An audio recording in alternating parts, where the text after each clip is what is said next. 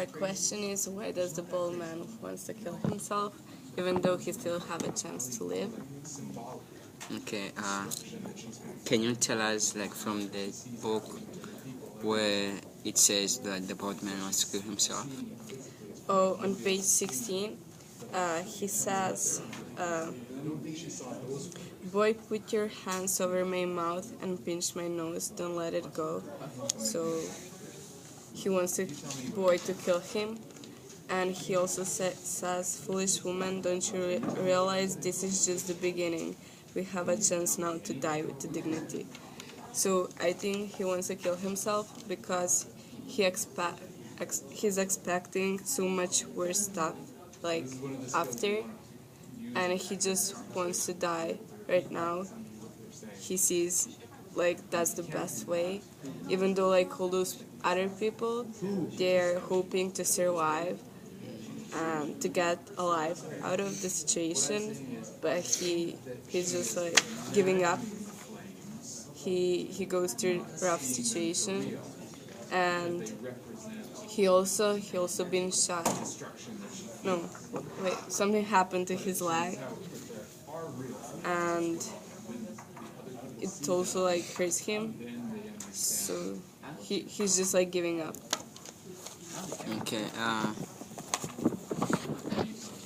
so what you say is that the fact that the bald man tells the boy to put his hands on his mouth and pinch his nose suggests that the bald man wants to kill himself, and the fact that he told the woman that they have the chance to live with dignity also suggests that the bald man wants to kill himself, and he's expecting worse things to come later, which will be much worse than what he's going through at the beginning. Yeah. Right? Yeah, That's right. Cham, do you have any clues? Also in the text on page 22, the bald man says, someone just shoot me please, yelled the bald man. So basically, you can see that the bald man wants to be shot because he feels that he might as well die now, and there's no reason for him to live. Like, either way, if he dies later, it can be worse than him just dying now and getting over with it. Are you going to give the connections, Lana? Okay. No, you give it. Me? Okay. Yeah. Yeah, so where else have I seen people behave this way? Oh yeah, I'm going to answer it by my own experience that I've experienced back then. So there was this time that I fell sick with chicken pox, and so at that particular moment it was so bad to me, and I couldn't even take it. The pain was so harsh on my body. The pimples, like, were itchy, and I couldn't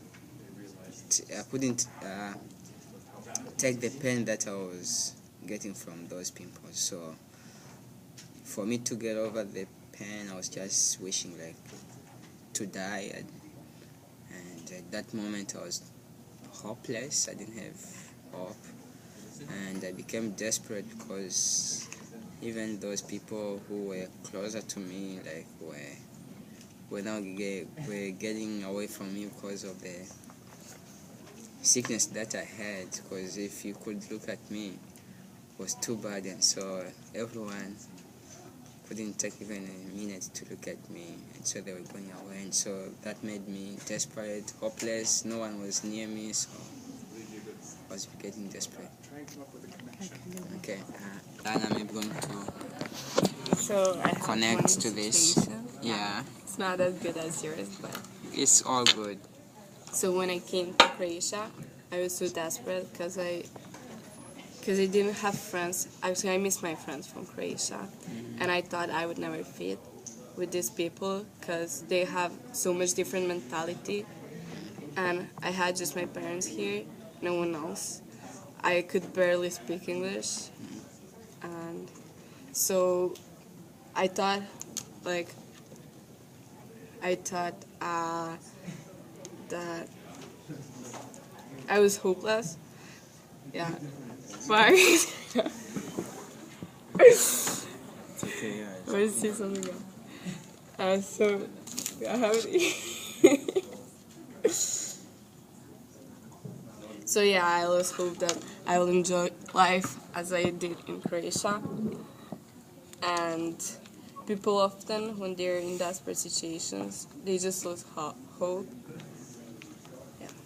Okay, Cham, do you have any connection with this? Yeah, so as you can see nowadays, like Yeah. people like fellow people and like people like Syria, Yeah.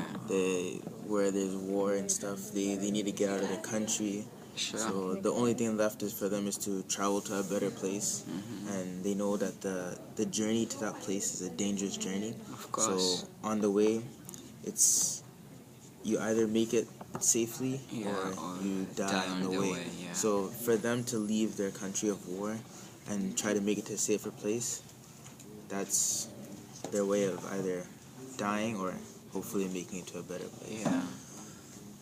So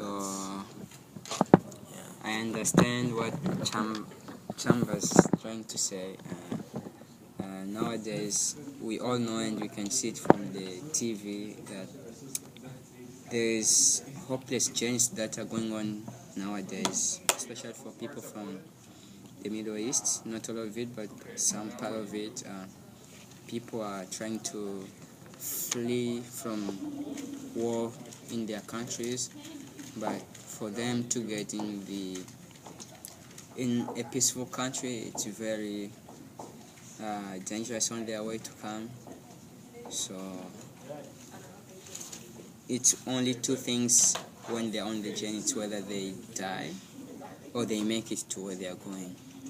So you can see that some of them, we don't know, but I'm pretty sure some of them might wish just to die because they don't know what's going to happen next. So in that way, most of them are really hopeless and they don't know what will happen next.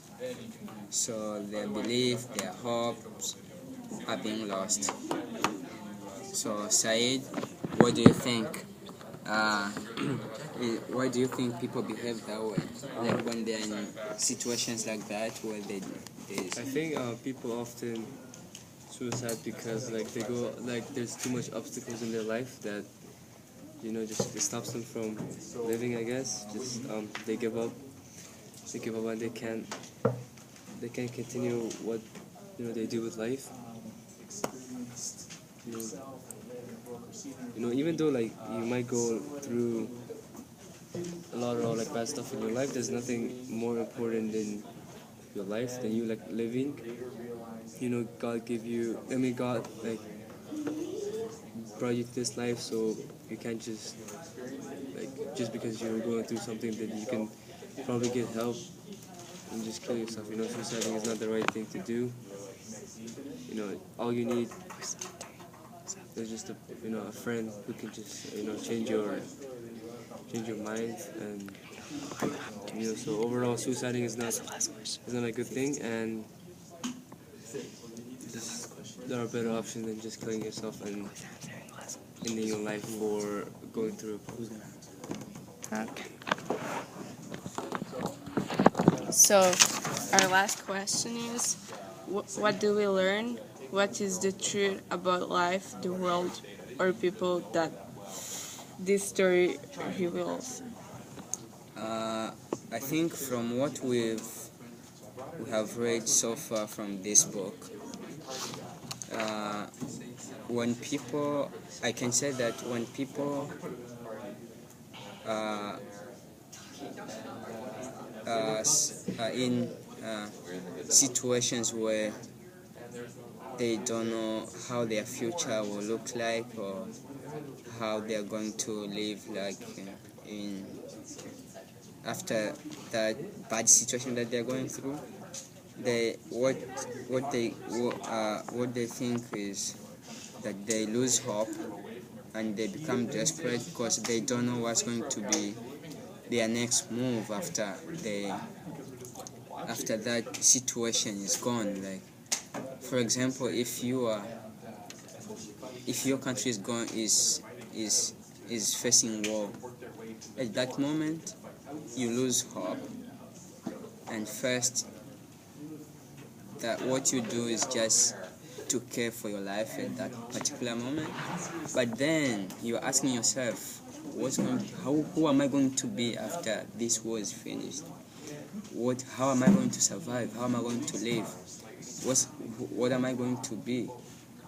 So they often lose hope and have so many questions about their future if they survive that particular problem that they are facing. I don't know if anyone has any addition to what I said. You have anything more to say? Okay, so you're done.